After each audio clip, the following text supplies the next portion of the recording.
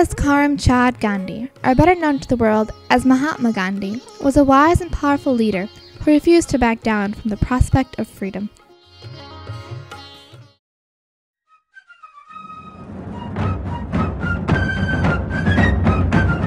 In the 1600s, the East Indian Tea Company had full control of India, both politically and economically. India craved her independence, but without economic self-reliance, this seemed impossible.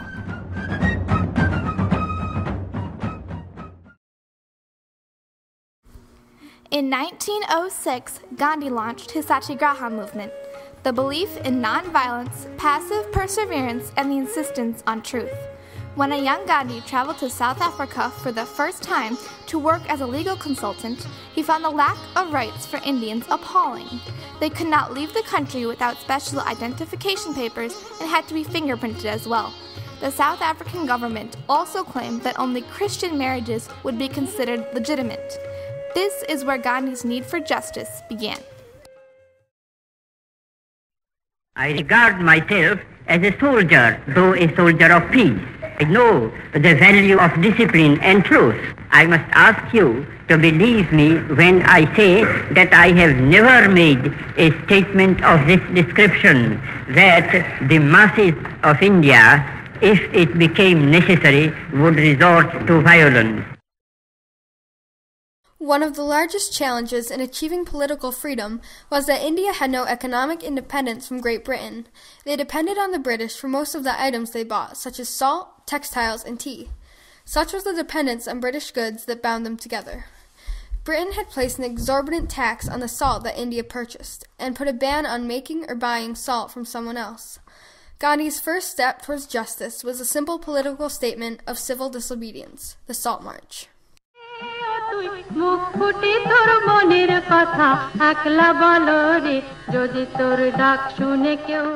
His mission was to walk the 241 miles to the sea and then boil salt water to make his own salt. Anyone who chose to join him on the way was welcome. By the time he reached the sea, a caravan of more than 5,000 villagers hungry for freedom followed him. This was the first success of Purna Svah, meaning complete independence.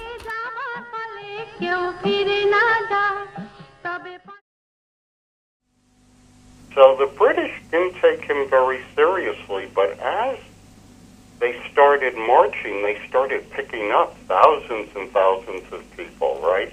And Gandhi was very good at organizing. He was very good at getting publicity, media. You know, he did all of that very well.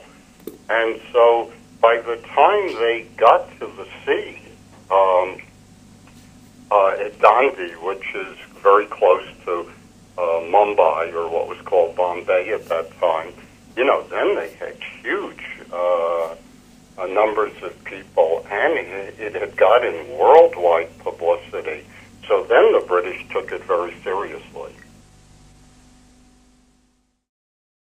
The reaction to the Salt March was huge. Britain had taken notice. Gandhi was imprisoned, and so were hundreds of thousands of villagers who had joined the movement. Gandhi had made suffering, even imprisonment, a mark of honor for those who fought the British ruling. Thousands of people protested until Gandhi was released from jail. Once free, he met with Lord Irwin and made the Gandhi-Irwin Pact, in which Gandhi agreed to end the movement in exchange for freedom of all who had participated.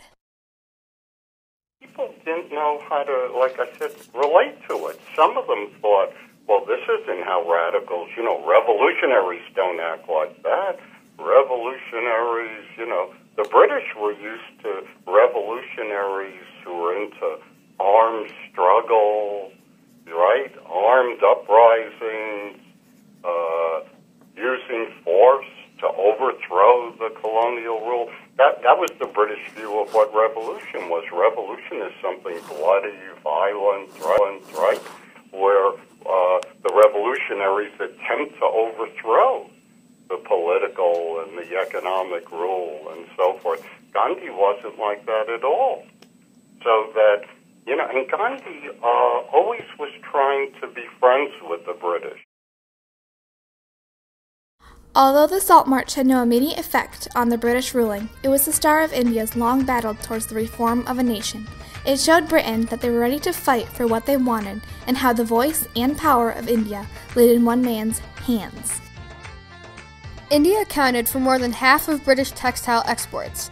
India exported raw cotton, British mills turned this cotton into fabric, and it was then sold back to Indians at very high prices. The British cotton monopoly had to be broken, so Gandhi asked his followers to boycott all imported British textiles. Gandhi wanted to promote Purna Swaraj by creating homespun fabrics on a charkha. He asked that everyone spend a little time every day spinning cloth, and did so himself. This act of civil disobedience was designed not only to hurt Britain's economy, but to prove that India was a force to be reckoned with. Wearing the homespun cotton called khati became a political statement as well.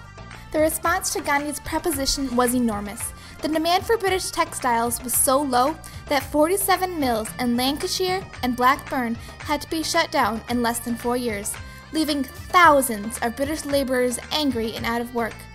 After returning from South Africa, Gandhi only left India once more in his life to attend the Round Table conferences in London. The Round Table Conference was completely abortive. Every divisive tendency in India was encouraged. The conference concluded on December 1st. While in Europe, he visited the mills that had been shut down due to his boycott on British textiles. He spoke to the crowds of mill workers about his actions and why they were necessary to break loose from the British monarchy. In this center of the British textile industry, the Mayor of Darwin welcomed the most uncompromising advocate of the boycott of foreign cloth. Give me a chance to present our point of view, and then, if you like, condemn me and my people. You tell me that 3 million are out of employment here, have been for several months. In my country, 300 million people are unemployed at least 6 months in every year. You say there are days when you can get only bread and butter for your dinner, but these people often go days on end without any food at all. The mill workers sympathized with Gandhi and applauded him as he left. His speech educated that many more British citizens on India and the effects British colonialism had on her. On August 14, 1947, the partition of India was announced. India was finally going to be freed from Great Britain. However, the nation was to be divided into 2 separate countries, Pakistan and India. Pakistan was to be the Muslim religious state and India Hindu. The celebration was short-lived when riots broke out across both nations. This was exactly what Gandhi had strived to prevent by preaching acceptance and unity. Gandhi's heart was broken, and even more so as the violence continued, leading to over 1 million deaths. Gandhi asked the people of Pakistan and India to end the violence, but when the riots continued, he fell to desperate measures and fasted until the riots in Calcutta subsided. Then Gandhi visited Delhi and fasted again for acceptance and unity, hoping to create peace between the 2 religions.